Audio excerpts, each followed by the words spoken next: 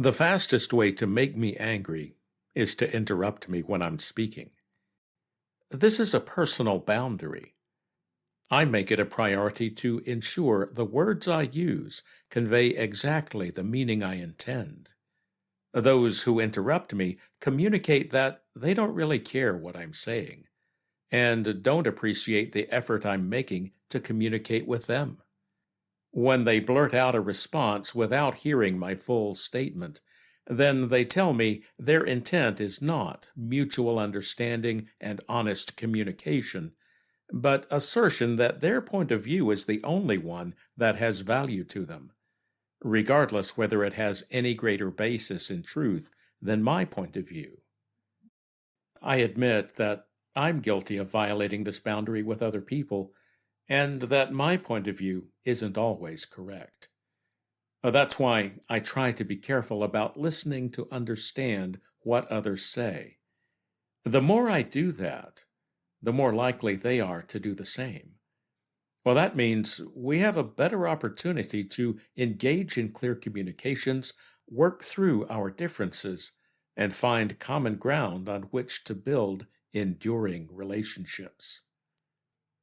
Could this be why God says so much about boundaries in His Word?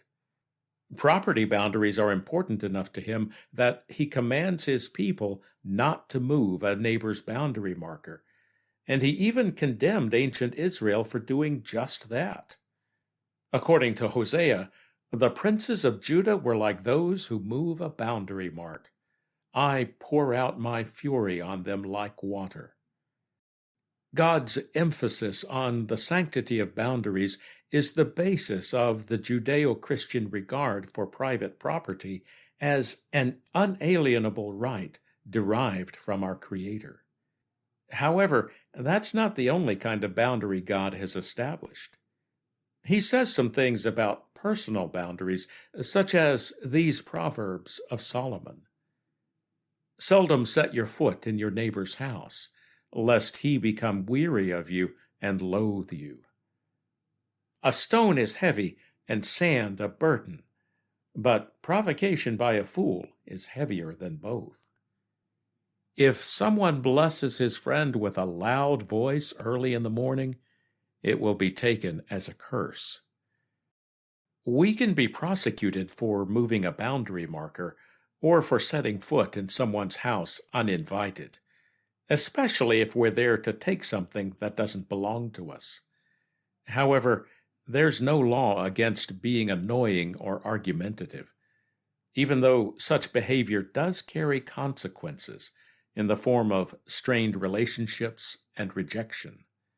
That's why it pays to be nice to people, nicer than you really are, as a wise woman I know once said. So, how do we be nice and respectful and honor boundaries when those boundaries are unfair, too restrictive, or simply not to our liking? What if those boundaries we don't like aren't the boundaries of our neighbor, but God's boundaries? Well, God's boundaries are quite clear most of the time, if we're paying attention and if we actually intend to honor them. That's why He gave us the Ten Commandments, which ratified what He had already programmed into human nature by telling us not to murder, commit adultery, steal, lie, or covet, and to honor our parents, all while honoring Him as the only true God, honoring His name and His holy day, and not worshiping anything or anyone else as God. The apostles further ratified these commandments in their instructions to Gentiles coming to faith in Messiah Yeshua. It seemed good to the Holy Spirit and to us not to place on you any greater burden than these essentials: that you abstain from things offered to idols, from blood, from things strangled, and from sexual immorality.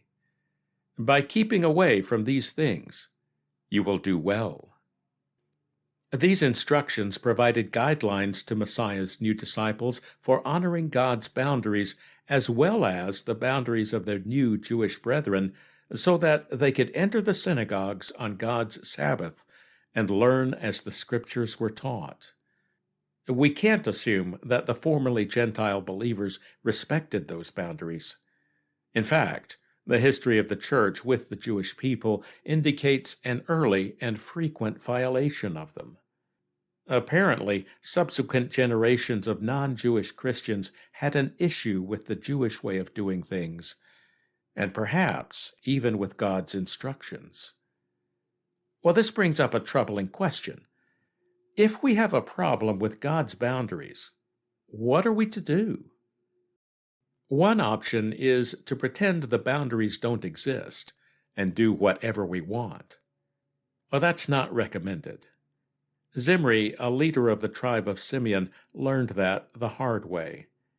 He decided he would disregard God's instructions about refraining from idolatry and sexual immorality by entering a relationship with a woman of Midian who enticed him into worshiping her gods. Even though God had already afflicted Israel with a plague because so many people had done the same thing, Zimri flaunted his relationship in front of Moses and the people with complete disregard for God and his instructions, and his holiness as well. Well, that disregard brought about the second option for dealing with God's boundaries, the zeal of Phinehas the priest, who took a spear and killed Zimri and his Midianite mistress. Yes, Phinehas violated Zimri's personal boundaries and took 2 lives, but he did so because the situation was severe, because God had already pronounced the sentence of judgment on the rebels, and because he, as a priest, had the authority to carry out the sentence. That's why God commended him for his swift action, even though it was extremely violent. We see a third option in the firm but respectful petition of 5 women who questioned Israel's inheritance laws. The daughters of Zelophehad explained that their father had no sons, and asked Moses why they couldn't inherit their father's estate. Their reason was sound. If they could not inherit, then the estate would go to someone else, they would marry into other families, and their father's name would be erased from Israel. When Moses asked God about it, he explained that the women were right, and he authorized a change in inheritance law to ensure daughters could inherit when there were no male offspring. The respectful approach of the daughters of Zelophehad that achieved a change in the Torah may indicate that we'll have some negotiation with God in the Messianic age. We pride ourselves on equality and social justice, and on millennia of progress since the Torah was given. But what does God say about that? Maybe we should think about it and start asking him. Oh, there is one other option to dealing with God's boundaries, but it's another I wouldn't recommend. Adam showed us this one when Eve violated the boundary of God's tree of life. He didn't zealously walk away from Eve, nor petition God for a change to his boundaries. Instead, he chose to follow Eve's example and do some trespassing of his own. The outcome might have been different if he had petitioned God not for a change of law, but for mercy for his wife. After all, that's what Messiah, the second Adam, did for all of us. There's no single right answer to every situation, but there most certainly are some wrong answers. That's probably where we need to start. If we identify the wrong answers, then we're less likely to interrupt God and do as we please.